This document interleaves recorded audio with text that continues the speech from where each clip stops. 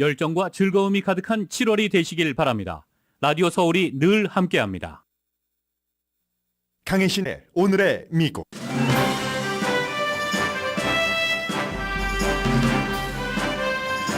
(6월의) 인플레이션이 지난해 3월 이후 최저인 3%입니다. 지난해가 아니라 지지난해 이후의 최저인 3%입니다.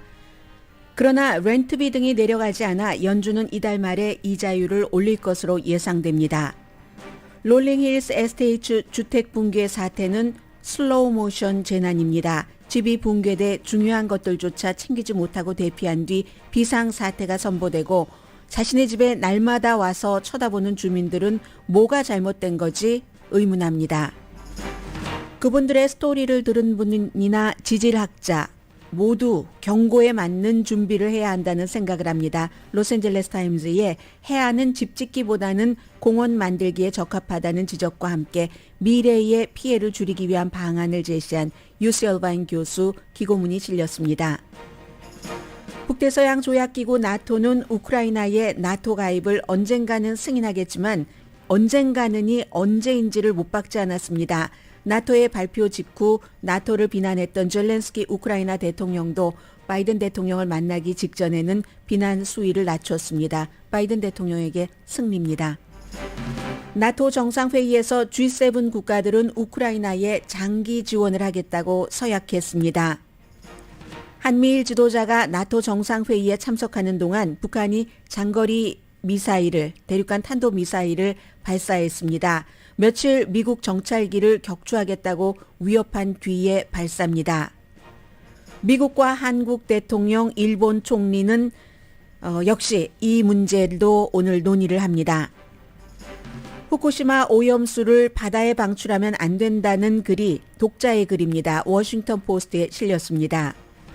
아이오와주에서는 어젯밤 대부분의 임산부가 임신을 인지하지 못하는 임신 6주일 이후 낙태를 금지하는 법안이 통과됐습니다.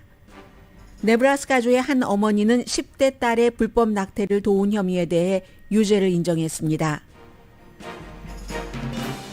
여러분 안녕하십니까? 오늘의 미국 강혜신입니다. 텔레비전 방송은 당연히 예상하고 계시는 대로 나토 정상회의에 지금 생중계 거의 비슷하게 하고 있습니다. 아침에 바이든 대통령도 젤렌스키 대통령도 짧은 연설을 했고요. 지금 한국과 미국, 일본의 지도자들이 전부 나토에 가 있는데 그 사이에 이제 북한이 대륙간 탄도미사일을 발사한 것, 그런 부분들은 잠시 뒤에 전해드리겠고요. 오늘은 먼저 미국의 생활적인 부분부터 보도를 해드리겠습니다. 6월 달에 소비자 물가지수가 인플레이션 1년 전과 비교할 때요 3%가 상승했습니다. 그래서 이제 2년도 더 됐네요. 2021년 3월 이후에 가장 작은 폭의 상승입니다. 1년 대비로 할 때요. 6월 달에 3%, 지난해 6월에 비해서 5월 달에는 4%였었잖아요. 그러니까 이제 이렇게 보면 그렇고 한 달로 보면은 5월에 비해서는 6월 달에 전체적인 물가가 0.2% 올랐습니다. 5월 달에는 4월 달보다 0.1% 올랐습니다.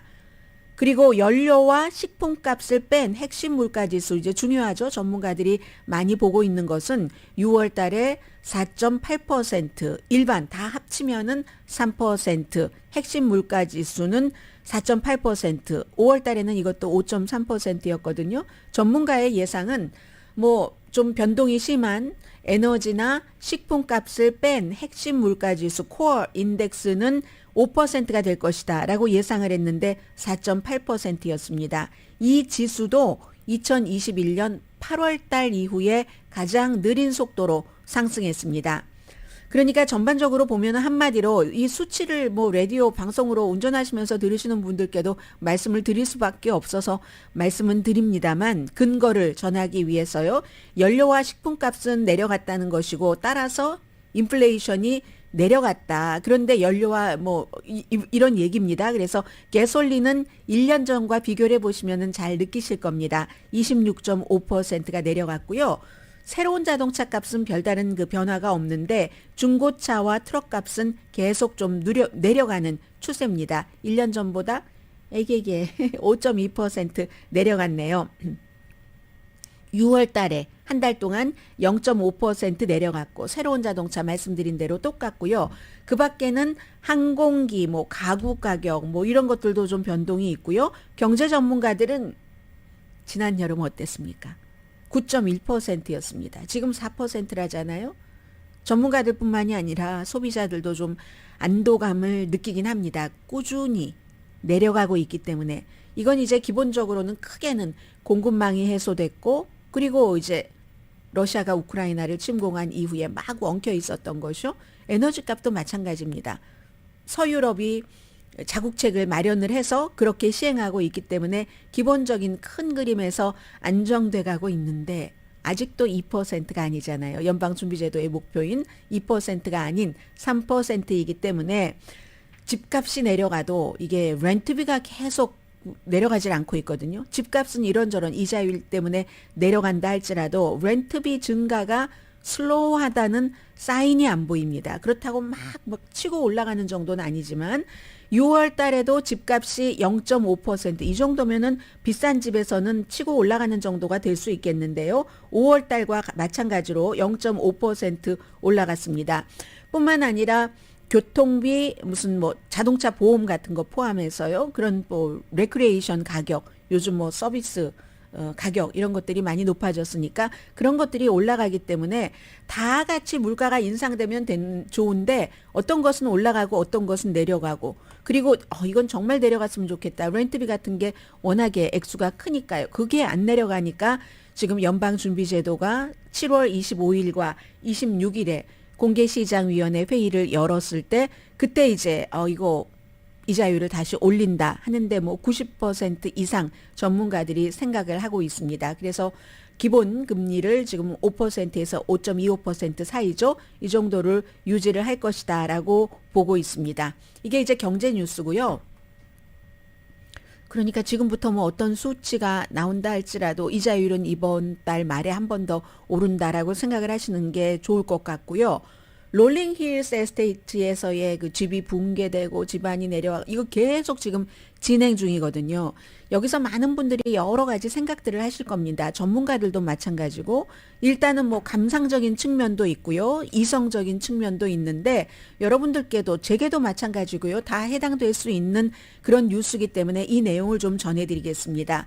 12채 이상 망가지고 거의 파손된 집도 있고 그리고 주변 집들도 지금 마찬가지고요. 그런데 비상사태도 선포했습니다. 롤링힐스 에스테이트는 뭐 인구는 많지 않지만 한 8,300명 정도가 된다고 하지만 그 LA 카운티에 속하고 있습니다. 오늘 로스앤젤레스 타임즈에는 그 10년 동안 거기에 사신 지금 뭐 와이프가 딴 데 여행 갔기 때문에 혼자서 10분 동안 짐 챙길 시간을 갖고 짐을 챙기셨다고 하는데 73살 되신 분이 그 스토리를 쭉 얘기를 해주는데 이분의 스토리가 많은 피해자들의 공통적인 스토리겠죠. 이분은 호텔에서 익숙하지 않은 호텔에서 일어났는데 집이 완전히 뭐 절벽 끝으로 뭐 그라지 있는 데는 내려갔기 때문에 보이지도 않는데요. 이 평평한 곳에서는. 그런데 15피트 정도는 아래로 내려갔다고 하거든요. 야, 15피트면 엄청난 거잖아요. 15인치도 아니고 15피트요? 15인치인가요? 피트인가요? 그건 이제 제가 나오면 15피트 아래로라고 하는데요. 야, 이건 정말 다시 집을 재건축? 재보수공사 할 수 있을지조차 잘 모르겠는데 익숙하지 않은 호텔에서 이렇게 잠을 자고 일어나셨답니다. 일어나셔서 찾은 거예요. 잠결에 25년 된 커피 머그. 여러분도 그런 거 계세요? 저는 그렇게 오래 써본 적이 없어서 이 커피 머그는 적어도 저희 라디오 서울 방송이 유튜브를 시작하고 몇 년이 됐나요? 그 몇 년 동안 늘 저랑 같이 있긴 했지만 25년 되신 커피 머그를 찾으셨답니다. 집인 줄 알고 찾으신 거겠죠. 그런 것. 얼마나 많은 분들께서 지금 한인을 포함해서 그런 감정을 가지고 그 주민들이 생활을 하시겠습니까? 하루가 여삼추죠. 그야말로. 그래서 말레이시아에서 예전에 가지고 온 머그인데 야, 날마다 그 호텔에서 지내고 그 집 앞에 가본다는 겁니다. 더 내려가 있고 더 망가져 있고 더 기울어져 있고 집의 모양은 그렇게 되는데 들어갈 수는 없고요. 도대체 내가 뭘 잃어버렸을까? 리스트를 열거할 수조차 없다는 얘기입니다. 계속 가라앉는 집, 완전히 폭삭 주저앉은 집들도 있고요. 이 페어트리, 배나무 레인이라는 그 길에서 땅은 계속 움직이고 있답니다. 원인은 뭐 아직 모르죠. 겨울철에 폭풍, 비바람이 많이 몰아치고 해서 그때 워낙에 그 지형 토질의 구조도 산사태가 나기 쉬운 곳이라고 하니까 아무리 보수공사 같은 것을 했다 하더라도 그런 것이 어느 정도는 원인이 되겠죠. 평생의 추억을 10분 사이에 이분은 2개의 가방에 다 넣으셔야지 됐답니다. 아, 슬프다. 이런 감정을 갖고 그러다가 감정을 느낄 틈도 없이 우선 아이들 사진을 넣겠죠. 여러분들께서도. 아이들이 상 받은 것, 기념품. 그러니까 말하자면 절대로 다시는 돈을 주고 살 수 없는 것들을 담으신 거죠. 10년 동안 살아왔던 이 집에서 10분 시간을 줬다고 할 때.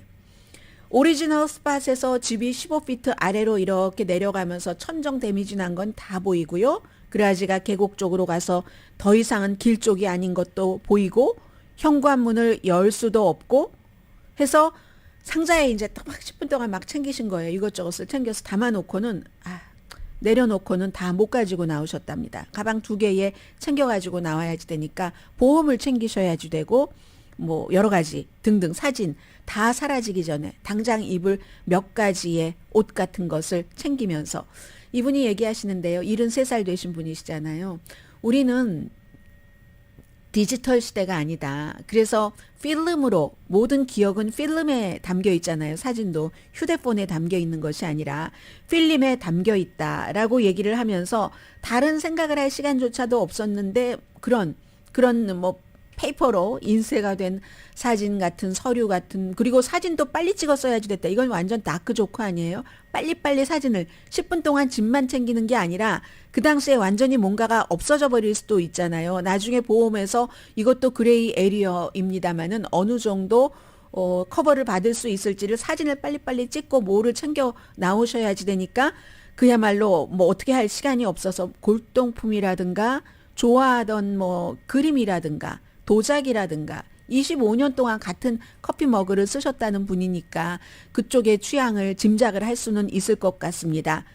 아내가 집으로 돌아왔을 때 좋아하는 옷들, 아내가 좋아하는 옷들은 잃어버리게 될 것, 이런 생각은 잠시 하면서 나중에라도 희망을 갖고 나중에라도 다시 이게 안정되고 땅이 움직이지 않아서 내가 집안에 들어갈 수 있도록 허락이 된다면 많은 것을 다시 구할 수 있도록 이런 이제 마음은 갖고 계시다고 하는데 이 홈 어소시에이션 그것이 이제 투플렉스에 살고 계셨던 분이래요. 이분은 누군가는 알았어야지 된다. 우리도 며칠 전에 뭐 약간의 금이 가고 이런 것을 알긴 했지만 이게 이 정도로 빠른 시일 안에 모든 것을 다 걷어가 버릴 줄은 상상을 하지 못했다는 얘기를 하십니다.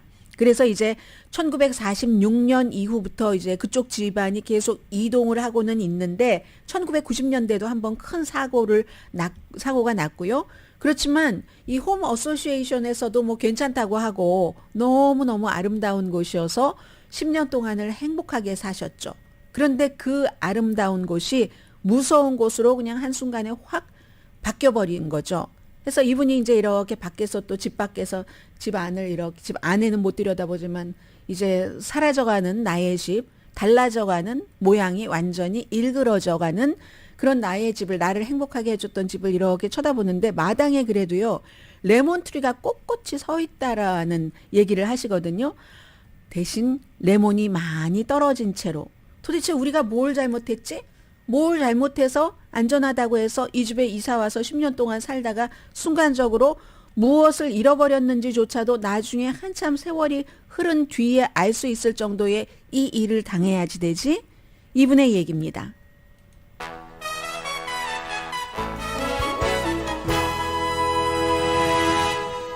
뭔가 끝나지 않은 스토리인 것 같죠? 거기에 대해서 전문가인 브렛 샌더스라는 UC 얼바인의 교수의 그 기고문은 잠시 뒤에 전해드리겠고요.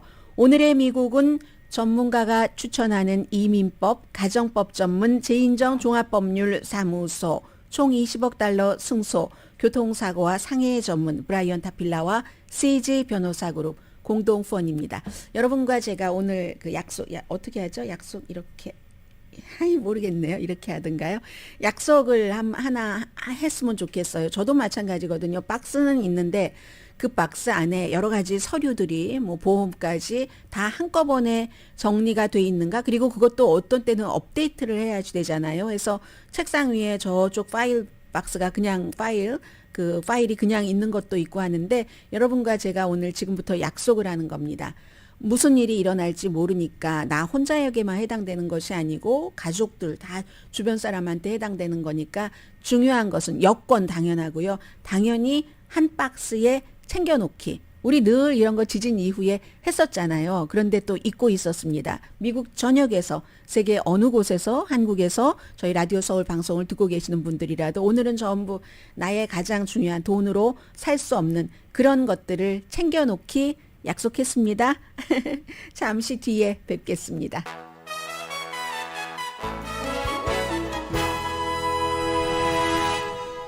라디오 서울 방송 오늘의 미국 듣고 계십니다. 지금 어제 그 바이든 대통령이 그 나토 정상회의에서 그 저녁 디너도 참석하지 않았거든요. 왜냐하면 전화해야지 될 사람들이 너무 많았다고 백악관에서 얘기를 하는데 버몬트 주가 지금 완전히 그 뭐 주에 그 주도는 사람들이 보트 타고 다니던데요. 뭐 배를 저어서 길을 가는 그러니까 주지사하고도 통화를 했고 또 버니 샌더스 상원 의원의 지역구니까 역시 그 버니 샌더스 상원 의원 등등 많은 사람들과 전화 통화를 했고 오늘 이제 연설을 했기 때문에 그 연설문을 준비를 했다 하고 그리고 이제 어제 그 현지 시간으로 11시 몇 분이었잖아요. 어쨌든 그 로스앤젤레스 시간으로는 오후였죠. 저녁이었었죠.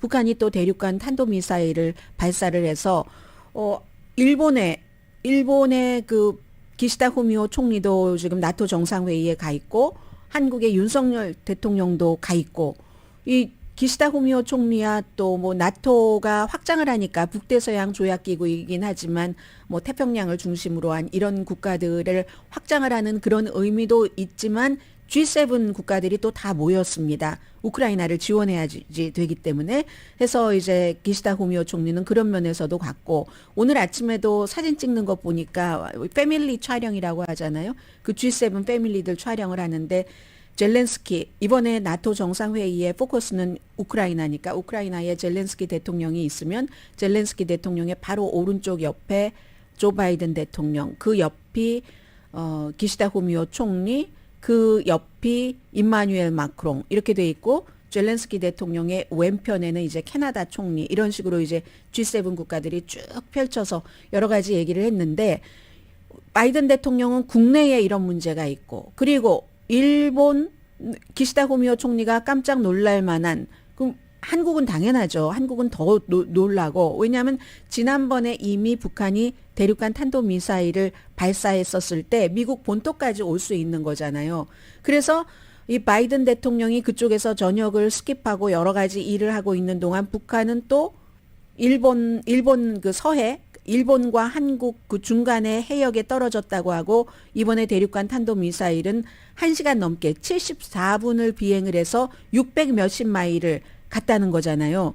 이렇게 되면은 미국도 621마일이라고 하는데 이건 이제 미국도 신경을 쓸 수밖에 없는 것이고 게다 대고 김여정을 포함을 해서 북한에서 한 3번 정도나 최근에 며칠 사이에 미국의 그 정찰기, 스파이 정찰기가 북한을 넘어왔다. 이렇게 하면서 우리 격추시킬 거야 하는 똑같은 경고를 3번 했죠. 미국은 아니다. 무슨 말도 안 되는 소리, 뭐 국제 해역이다라고 하는데 미국에서 볼 땐 그렇지만 북한에서 볼 때는 또 그곳이 이제 북한이 인정하지 않으니까 그렇게 되는 그런 부분이 있고 그래서 이제 세 나라 대통령들이 다 윤석열 대통령은 또 윤석열 대통령 나름대로 여러 가지 문제를 뭐 해결도 하고 한국이라는 국가를 나토 정상 또 G7 국가들 정상도 다 모여 있으니까 어필하려고 하고 이 나라 대통령과 뭐 정상회담하고 하는 동안에 그쪽에서 비상 회의를 했었어야지만 되고 지금 이런 겁니다. 그러니까 북한이 이렇게 대륙간 탄도미사일을 발사한 것이 물론 날씨라든가 여러 가지 북한의 스케줄과 조건이 있겠지만 happen to be 미국, 한국, 일본의 정상들이 다 나토에 모였을 때 이런 일을 했다는 거죠. 그래서 이제 이것은 북한이 이미 우리 미국의 정찰기를 격추시킬 거야 라고 경고를 할 때부터 세계에서 많이 주목을 했었습니다. 이게 배타적 경제 수역이기는 하지만 어쨌든 그 북한에서는 이걸 북한 법으로 따지면은 위반인 것은 맞으니까는요. 그리고 항상 이제 7월 달이 되면 7월 27일이 되면은 북한은 그날을 뭐 휴전, 그날을 무슨 날이라고 하죠? 북한 말로는 뭐 이름 부르는 건 있잖아요. 그런 아주 중대한 날이기 때문에 굉장히 승전기념일, 네, 승전기념일이라고 하기 때문에 이 전후로 해서 항상 중요한 일들을 하기 때문에 이번에 이것보다 더한 것을 하는 것 아니야? 이런 걱정들도 하고요. 항상 반미 이런 것을 강조시키는 시점이기 때문에 핵무기 프로그램을 뭐 정당하게 사용을 하겠다 하는 것도 이미 헌법 같은 것으로도 말을 해놓고 해서 지금 뭔가 도발 가능성, 더한 도발도 할 수 있지 않을까 해서 아마 세 나라의 지도자가 이 부분에 대해서도 분명히 얘기를 했겠죠. 더군다나 이제 윤석열 그 대통령은 나토 정상회의 가기 전부터도 이제 북한에 대해서 또한 그 경고성 발언을 해놨고, 일본 그 기시다 후미오 총리를 만나선 물론 오염수 방류 이 문제도 있지만 이것도 세 나라가 공통적으로 얘기를 했었어야지만 되는 그런 거고요. 그리고 이제 한반도 그룹 지난번에 윤석열 대통령이 미국에 이 국빈으로 와서 북한 문제에 대해서 대응하기 위해서 이제 한라인 같은 것을 만들고 실무 이제 협상을 늘 한다 하는 게 첫 번째 회의가 다음 주 화요일에 열리거든요. 그런 시점에 딱 이제 서울에서 첫 번째 미팅인데 이런 일이 있게 된 겁니다. 그리고 이게 아마 더 중요할지도 모르겠네요. 핵탄도 미사일을 발사할 수 있는 미국의 핵잠수함이 40년 만에 처음으로 한국으로 지금 보내지잖아요. 81년도 이후에 처음으로. 이러니까 북한으로서도 신경을 쓰면서 모든 일을 한 거고, 해서 이제 이게 굉장히 그 나토 정상회의 우크라이나를 제외하고는 한미일에 공통적으로 관심이 가고 해결을 해야지 될 그럴 문제였고요. 또 이번 주말에 인도네시아 자카르타에서 동남아시아 국가연합의 그 외무장관회의 아셈 회의가 있잖아요. 거기 이제 뭐 외무장관들이 가서 북한 이 의제가 또 핵심 의제가 되겠죠. 아무튼 7월 달은 7월 25일, 26일 하면은 미국의 공개시장위원회가 이자율 인상 여부를 발표를 하는 때고, 그 바로 지나고 나면 27일, 날짜가 미국 날짜로 그러니까 26일이 겹쳐지게 되겠네요. 그날 이제 북한이 어떤 주변을 그 날짜를 주변으로 해서 뭔가를 하지 않을까 하는 것을 굉장히 신경 쓰고 있는데, 모든 해외 매체가 다 보도합니다. 북한이 대륙간 탄도미사일을 일본의 기시다 후미오 총리가 일본에 없을 때, 윤석열 대통령, 바이든 대통령이 한국과 미국에 없을 때 발사했다 하면서 월스트리트저널은 터프트 대학교의 그 이성윤 뭐 북한 문제 전문가이죠. 미국에서는 이분을 뭐 그렇게 보고 있습니다. 북한이 태평양 상공에서 핵탄두를 폭발시키는 것과 같은 더 큰 실험을 할 수도 있다. 7월 27일을 전후로 해서 이제 이런 가능성을 얘기를 했기 때문에 지금 신경을 써야지 되는 그런 부분이고요. 또 하나 북한이 최근에 이 나토 정상회의를 그쪽 즈음에 집속탄, 미국 내에서도 지금 반발이 많고요. 민주당 의원들 가운데서 집속탄을 우크라이나에 보내는 것을 범죄 행위라고 얘기를 합니다. 그러나 북한은 러시아가 전쟁이 일어나고 지금까지 써오는 집속탄에 대해서는 미국이 보내는 것보다 10배 이상, 10배, 거의 20배 정도 실패율이 낮아서 나중에 터지지 않고 있다가 나중에 확 터져서 민간인이 다칠 수 있는 그런 불량한 집속탄을 러시아가 쓰고 있다는 얘기는 하지 않습니다. 아무튼 집속탄에 대해서는 범죄 행위다라고 얘기를 하고 있고요. 먼저 그럼 집속탄부터 말씀을 드릴까요? 나토 나중에 조금 마무리를 하고요. 이 집속탄을 보내는 것에 대해서는 한국 분들도 군대 갔다 오신 분들은 다들 의견들이 있으십니다. 보내야지 된다, 보내지 말아야지 된다. 보내야 된다 하시는 분들은 러시아도 쓰는데 왜 안 써? 그리고 보내지 말아야지 된다 하는 사람들은 이제 미국에서 정치인들, 민주당 정치인들조차 말하는 똑같은 얘기를 하죠. 사람이 다친다잖아. 그러면 또 이쪽에서는 아니 러시아는 다치게 하잖아. 이렇게 얘기를 하는데 결국은 이것 자체는 집속탄은 쓰지 않으면은 뭐 좋을 것을 쓰는 것인 것은 분명하죠. 이게 이제 게임 체인저인가 실수인가 이런 것을 얘기를 하는 건데 젤렌스키 대통령 같은 경우는 우리는 그것을 쓸 수밖에 없다. 당연히 이제 쓸 수밖에 없다라고 얘기를 하는데 도덕적인 그런 그 명확성 이런 것을 말씀하시는 분들은 민간인이 다칠 수 있다며 전쟁에서는 도덕성이라는 것이 도덕적 기준이라는 것이 참 모호해질 때가 있죠. 명확하게 가르고 싶지 않을 때가 있는데 지금이 그런 때라는 겁니다. 탄약이 부족하니까 우크라이나도 쓰고 있어요. 미국과 우크라이나와 러시아는 이 집속탄을 쓰지 않는다는 국제기구에 가입돼 있지 않았기 때문에. 그런데 우크라이나도 쓰지만 우크라이나이 쓰는 것은 뭐 러시아를 향해서 쓰는 건 아니잖아요. 자신의 영토를 침공해온 러시아 군이 있는 곳을 쓰는 거고 우크라이나 군과 러시아 군 사이에서 지금 거기를 반격을 해서 쳐들어가려면 그 중간에 지대가 있잖아요. 이 러시아와 우크라이나 사이. 그곳이 거의 한 20마일 정도 된다고 하거든요. 그 20마일 정도의 그 틈에 지뢰를 러시아가 많이 이렇게 심어놨으니까 그걸 지뢰밭을 넘어야지 러시아군을 적군을 쫓아내잖아요. 그러려면 집속탄을 쓸 수밖에 없다. 그 지뢰가 심어지지 않은 곳에는 참호가 있고 무슨 뭐 대전차 부대가 있을 테고 구조물 같은 것이 당연히 있을 테고요. 하니까 우리도 쓰지만 우리는 러시아를 향해서 쓰는 게 아니고 우리 영토에서 침공을 해온 러시아군을 물리치기 위해서 특히 지뢰밭 여기에 쓴다라고 얘기를 합니다. 그리고 집속탄도 좋은 집속탄과 나쁜 집속탄이 있기 때문에 우리의 것이 낫다. 미국이 주면은 그 실패율이 2.35% 미만 되는 건 안 보낸다고 하고 러시아는 지금 실패율이 40% 이 정도까지 막 민간인에게도 다 쓴다는 거잖아요. 우크라이나는 받아도 우리가 민간인 이런 곳에는 당연히 안 쓰겠다라고 얘기는 하고 있고요. 유럽이 아무리 유럽의 방위 산업이 탄화를 많이 만들려고 해도 이 같은 국지전을 돈바스 지역에서 예상하지 못했기 때문에 그런 능력이 안 돼서 못 만드는 겁니다. 충분하게 주지를 못해요, 우크라이나에. 그래서 한국에 이제 막 매달리는 거죠. 지금도 엄청 윤석열 대통령은 그 매달림을 받고 있을지도 모릅니다.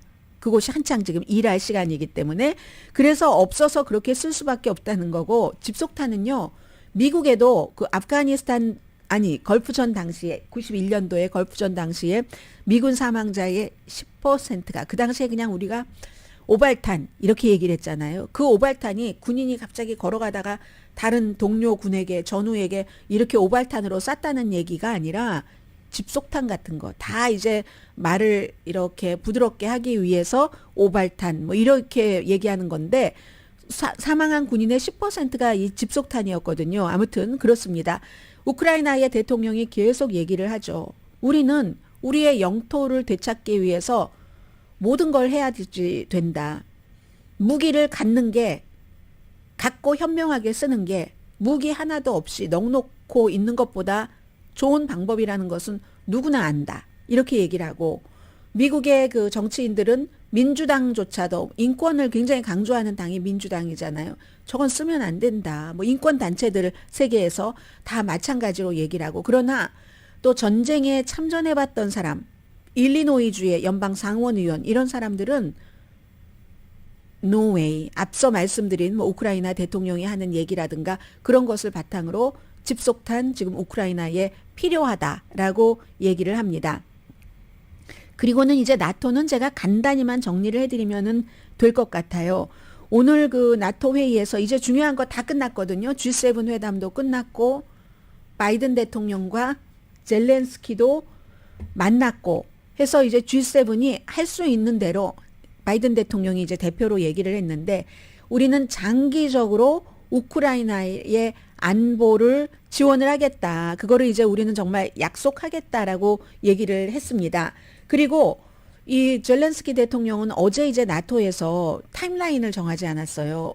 언젠가 조건이 맞으면 우크라이나가 나토에 그 가입하는 것을 우리가 승인을 하겠습니다. 조건이 맞으면 언젠가. 그 언젠가가 언제냐는 얘기죠. 항상 젤렌스키 대통령 우크라이나에게는 타임이 중요합니다. 그래서 어제 막 우크라이나 대통령이 비난을 했어요. 그런 그 조치에 대해서. 이건 약함을 보여주는 거고, 아니, 앞으로도 그럼 1년이 되냐, 2년이 되느냐, 3년이 되느냐, 우크라이나는 어쩌란 말이냐, 이런 얘기를 많이 했거든요. 그러다가 정치인들은 이런 면이 있어야지 되는 거죠. 바이든 대통령을 지금 만나기 전부터는 살짝 이제 톤다운해서 부드럽게 얘기를 하면서 결국은 바이든 대통령도 만나고 G7 정상들과 만나고 난 뒤에는 나토 정상회담이 우크라이나에 의미 있는 승리다. 이렇게 그 젤렌스키 대통령이 연설을 했습니다. 로스앤젤레스 시간. Ukrainian delegation is bringing home significant security victory for the Ukraine, for our country, for our people, for our children. It opens for us absolutely new security opportunities, and I thank everyone who made it possible. Thank you, dear colleagues. Thanks. 네, you. 감사하다고 Thanks, 얘기를 하는 거잖아요. 뭐 사무총장에게도 감사하고 G7 국가들이 쭉 옆에 있었을 때거든요. 그래서 전부 그 국가 이름을 대면서 이제 감사하다고 얘기를 하고 이번 나토 정상회의가 우리를 위해서, 우리나라를 위해서, 우리의 어린이들을 위해서 전부 의미 있는 승리를 가지고 우리는 우크라이나에 간다라고 얘기를 했잖아요. 이제 그런 점이고 그리고 그러니까. 젤렌스키 대통령이 원한 만큼은 안 된 겁니다. 타임라인을 좀 받아가기를 원했는데요. 예를 들어서 전쟁이 끝나면 곧 이런 타임라인을 주지 않았습니다. 러시아를 겨냥하게 되니까요. 그런데 그렇지 않아도 어차피 러시아는 이제 전부 러시아 국경의 서쪽은 나토 가입 국가들로 쭉 도배가 됐습니다. 핀란드부터 시작해서 핀란드하고 러시아하고의 국경이 그 한 800마일 정도 되는데 그렇게 해서 전부 그 아래 쭉 내려오는 그런 국가들까지 전부 나토 가입 우크라이나 빼고 그렇게 돼서 이제 이 블라디미르 푸틴 러시아 대통령은 좀 압박을 했죠.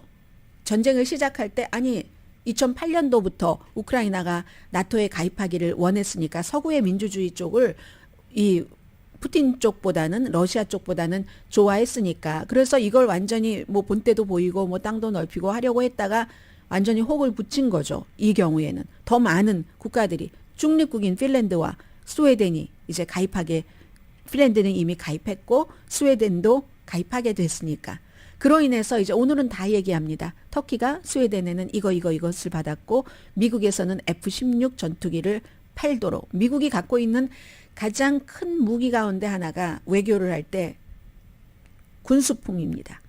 F-16을 안 팔다가 왜? 그동안 너 러시아와 잘 지냈잖아. 뭐 러시아 무기 다 사고 하더니 뭐 우리에게 손을 버리려 하다가 스웨덴을 가입시켜주는 조건으로 F-16 전투기를 팔고 그리고 이제 오늘 에르도안 대통령과 터키 그리고 바이든의 대통령이 만나서 관계 개선을 조금 하겠죠. 이제 이런 일이 있을 것 같습니다.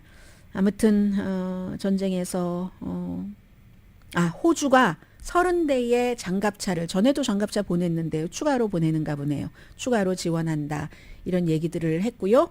뭐 러시아는 그대로고 프리고진과 푸틴이 만나서 뭐 좀 용병이 다시 투입될 것 같은 그 모습 그대로고 언제까지 이 전쟁이 마무리된다 하는 것은 없을 것 같지만 이제는 그 전쟁으로 인한 공급망과 엉켜버린 그 전쟁으로 인한 에너지 사태 같은 것은 없을 것으로 보입니다. 다만 이제 어느 나라가 세계의 우위를 점하느냐 그리고 다른 나라들은 어느 나라가 세계를 리드하는 나라가 되기를 원하는가 이게 이제 뭐 중국이냐 미국이냐 이렇게 쳐다보는 거죠. 아시아나 유럽 쪽에서도 그런 쪽으로 이제 이 전쟁을 마무리하는 쪽으로 그리고 유럽에서도 당연히 러시아가 지기를 원하고 있는 거고요. 잠시 뒤에 후쿠시마 오염수에 관한 그 워싱턴 포스트의 독자가 보낸 글도 있고요. 앞에 제가 그 롤링힐스 사태에 대한 기고문을 소개해드리지 않았죠? 잠시 뒤에 전해드립니다.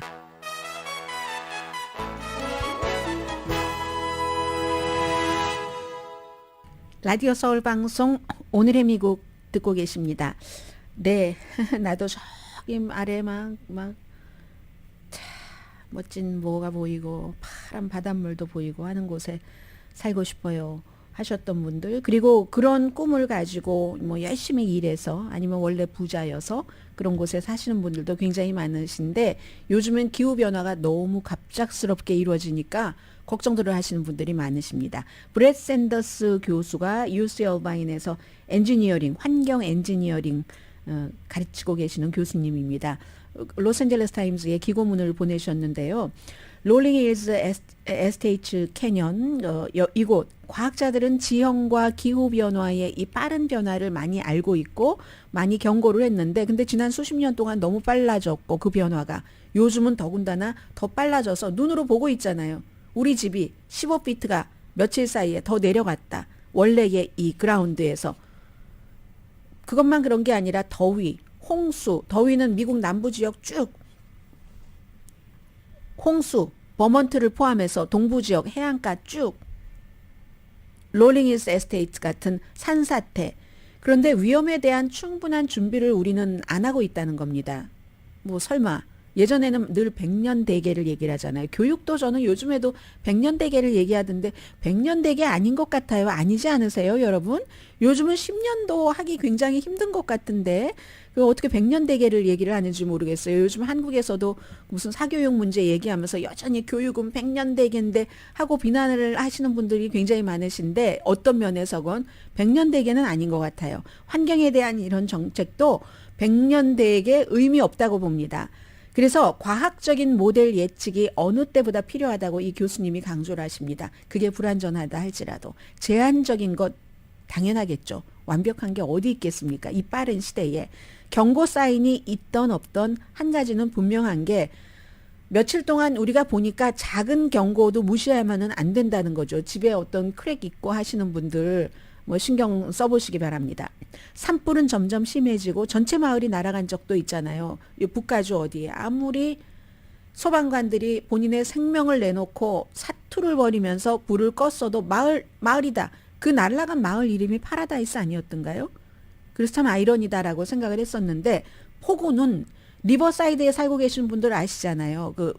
인터스테이트 10의 어떤 구간을 날려보냈고 그리고 나서 절벽을 불안정하게 만들었으니까 그로 인한 열차 노선도 멈추게 됐었고, 지금 캘리포니아주 로스앤젤레스 이 인근에도 뭔가를 홍수에 대비해 놓지 않으면 한 40만 명이 위험하다고 얘기를 합니다. 그러니까 여러분들께서 앞으로는 집을 사실 때, 집을 또 장기로 렌트 들어가실 때 꼭 그 부분을 꼼꼼히 따지셔야지 돼요.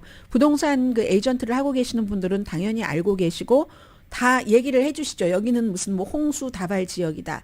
여기는 뭐 위험이 있다 없다. 근데 그것을 얘기를 할 때 그냥 들으시면 안 된다는 겁니다. 요즘엔 이렇게 몇 시간 사이에 집이 절벽 아래로 떨어질 지경이 될 줄 누가 알았습니까? 위험을 안다는 것은 중요한 시작이기는 하다면서 이 정보로 그럼 무엇을 할 것인가? 사실은 이 같은 산사태를 67년 이상 예상했었던 것 아닌가? 그러니까 1년에 100만 달러나 들여서 그곳에서도 어떠한 뭐를 했지만 결정적인 뭐를 만들지 못하고 갑작스럽게 이렇게 당해버린 것 아닌가? 물론 뭐 여러 가지 뭐 겨울에 대한 것 등등이 있지만 중요한 건 막지 못했다는 거잖아요. 기후변화가 중요하게 지금 경고를 하고 있는데, 연방재해청이요. 연방에서 기금을 줘서 2년 전에 산타모니카가 지역구니까 이 의원이 이런 것을 발의를 했겠네요. 벤 알렌 의원이 프로그램을 냈는데 실패했습니다. 어떻게 냈냐면 이분은 결과적으로는 해안가에 있는 땅을 정부가 사서, 원래 뭐 땅 소유주에게도 뭔가를 주겠죠. 베네핏을 주고 거기다가 뭐 집을 짓고 무슨 뭐 레스토랑을 짓고 하는 것보다는 공원을 짓는 것, 이런 안을 해서 연방재해청도 재해가 일어나면 또 돈을 줘야 되고 너무 복잡하고 그 누구에게나 다 낭비잖아요. 모든 면에서 감정적으로 경제적으로. 그래서 그걸 지원을 했는데 이게 실패를 했다는 겁니다.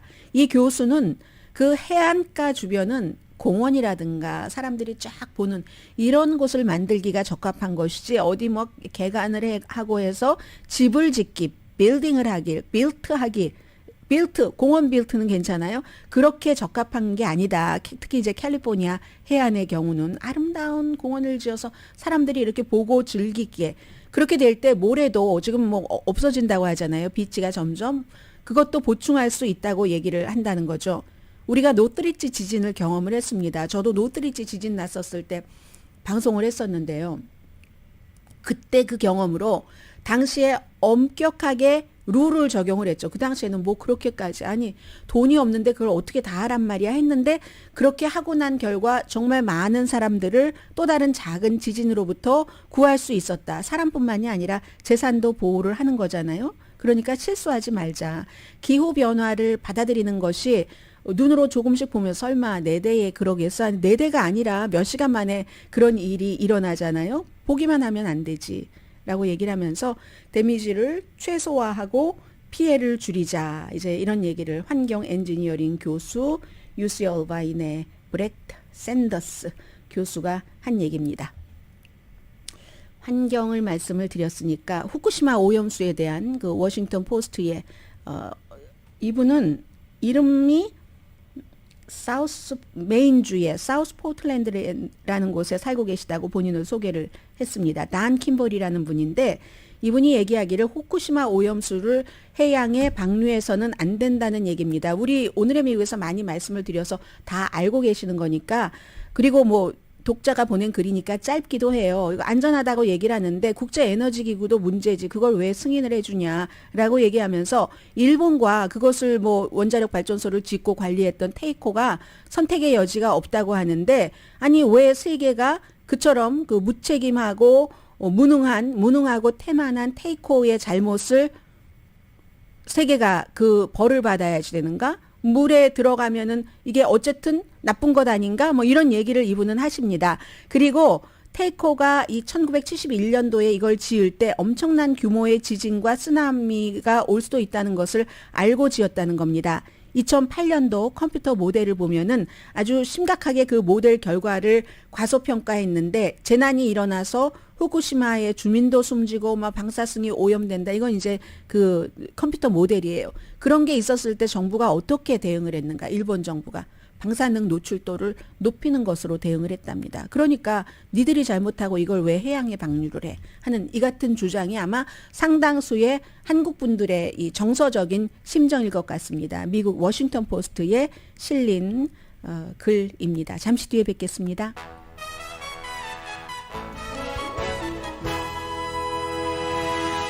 라디오 서울 방송 오늘의 미국 듣고 계십니다.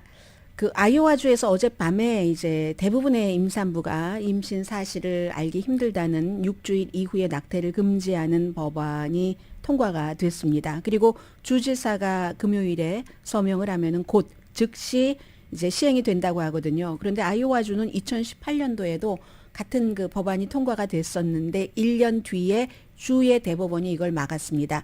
그렇지만 그 이후잖아요. 지난해에 연방 대법원에서 이런 획기적인 낙태 금지안을 통과를 시켰기 때문에 지금은 이제 주 대법원이 어떻게 판결할지는 알 수 없는 거고 당연히 이제 인권협회 등에서는 소송을 한다고 하고요. 그에 비해서 네브라스카에서는 딸이 17살 때 임신 20주가 넘었을 때 뭐 약낙태 약을 통해서 딸이 낙태하는 것을 돕고 이제 그 태아를 화장을 하고 시신을 묻어주고 그 혐의에 대해서 어머니가 유죄를 인정을 했습니다. 2개는 중범이고 하나는 경범이라고 하는데 어머니는 뭐 9월 달에 선고 공판이 있고 딸은 지금 18살이 됐는데 17살이었는데 당시에 성인 재판에 회부가 됐고요. 최고 낙태를 했다는 이유로 2년 징역형에 처해진답니다. 안녕하세요. 네, 이게 아니고요. 오늘의 미국은 전문가가 추천하는 이민법, 가정법 전문 제인정 종합법률사무소, 총 20억 달러 승소, 교통사고와 상해 전문 브라이언 타필라와 CG 변호사그룹 공동폰이었습니다. 10시에 좋은 아침, 좋은 하루 방송됩니다. 나토 정상회의도 전부 끝나고 지금 바이든 대통령이 긴장된 시간은 다 끝나고 난 뒤에 뭔가 그 얘기를 하고 있네요. For their own accord, standing as one to protect the TV tower, to shield the Supreme Council, and defend freedom. 14 heroes tragically lost their lives. Hundreds were wounded. 네, 제가 뭘 말하는지 잘 모르겠네요. 어떤 그 본인들이 그 희생을 하면서 뭔가 비극을 막는데 했었던 14 Heroes라고 얘기를 하고 있는데 나토 정상회의에서의 연설이고요. 박수를 무척 많이 받고 있습니다. 강희신이었습니다.